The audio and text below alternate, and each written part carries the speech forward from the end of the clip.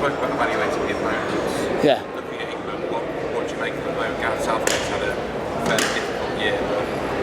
Yeah, I mean, listen, I think that when you really look at it, and you know, it's not always the press's job to look deeply into it, but he wasn't playing his best team, right? I mean, let's just say that. When he has his best team, he performs well with them.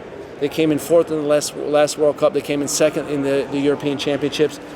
And basically, you know, the depth chart is crazy. I mean, every international manager would want England's squad just because of how deep they are. And you can go in some positions, you can go 5 or 6 deep and be happy with the player in that position. Right back.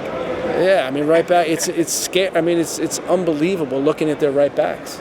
So what I'd say is that I think that was a blip on the radar. I think they're going to be one of the favorites to win the World Cup, if not the favorite.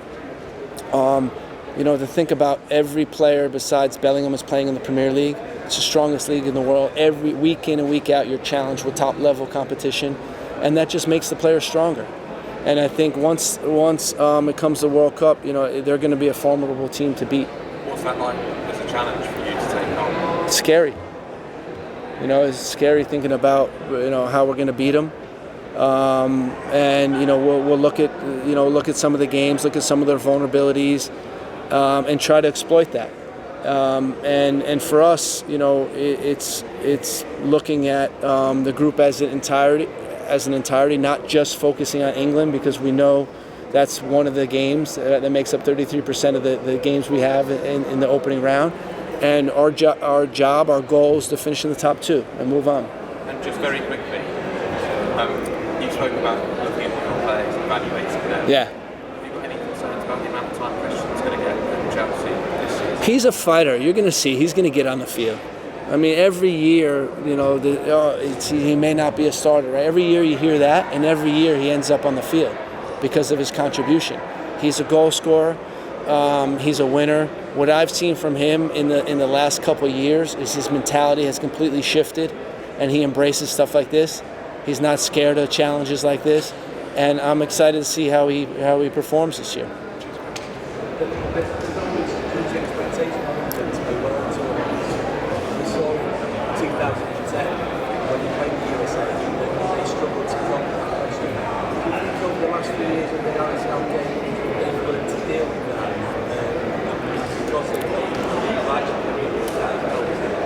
Yeah, you know, what I would say is I don't know if the expectations have always been in line with the quality of the squad. So back in 2010, realistically, I didn't think they had the squad that can win the World Cup, right? But now it's different, right? Now I think we all agree they have a squad that can win the World Cup. And Gareth, in my opinion, has done a great job of helping the players cope with that pressure. And actually, you know, using the jersey as a cape rather than a straitjacket. And really giving them the freedom to play on the field, giving them the idea that they can represent their country in a positive way and make the country proud.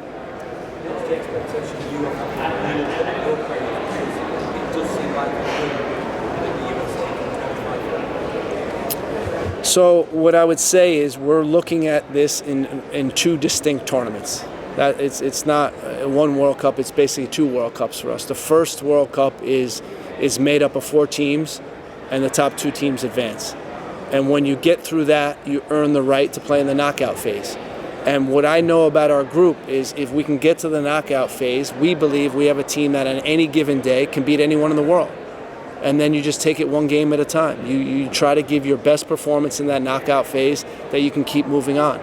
And you know, one thing I like to say is you don't have to be the best team in the world to win the World Cup.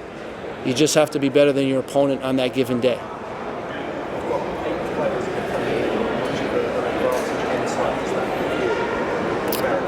Yeah, I don't know if an advantage, right? But it certainly helps your team. Like them playing against the English players week in and week out, and the Welsh players week in and week out. I think it helps your team with exactly what you're saying, with that insight and with that idea that they're familiar with the players. When you think about Christian, you know, his teammates with a bunch of the players.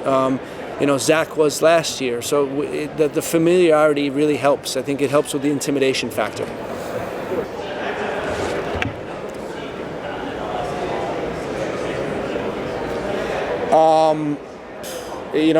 When I was in Columbus, I marveled at how much MLS has improved when I was a player in the league in 2011 to when I took over in 2014 as a coach, how much has changed.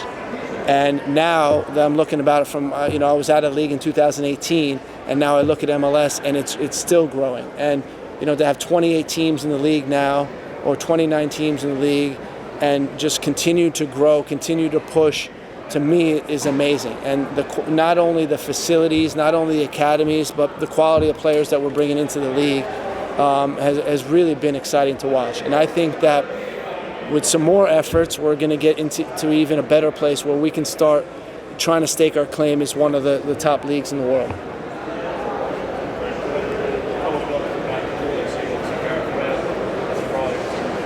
Yeah.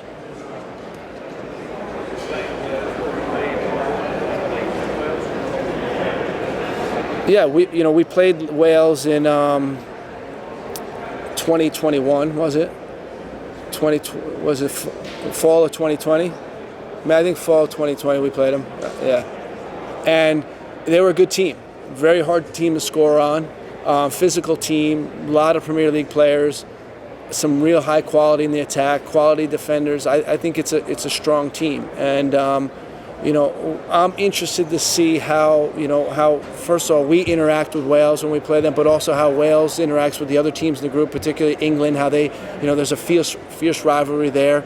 So it's going to be an exciting group. You don't often get three native English-speaking teams in the same group, so it's going to be exciting for everyone.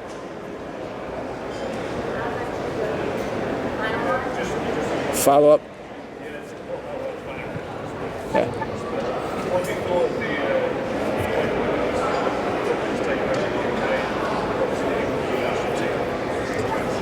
Yeah, the coach actually went to North Carolina, right? We should say that, right? She's a Tar Heel. She's a Tar Heel, so I think that's the first important thing to mention. But then secondly, watching that wave, watching what happened was just made me think of our 99 team, right? Hosting the World Cup and captivating the nation and then winning. And, I'm sure that it's going to inspire the nation to get behind the team even more for the World Cup, and hopefully the men will do something similar. I remember when we were fresh off the heels of the women winning in '99 was when we went on our run in 2002.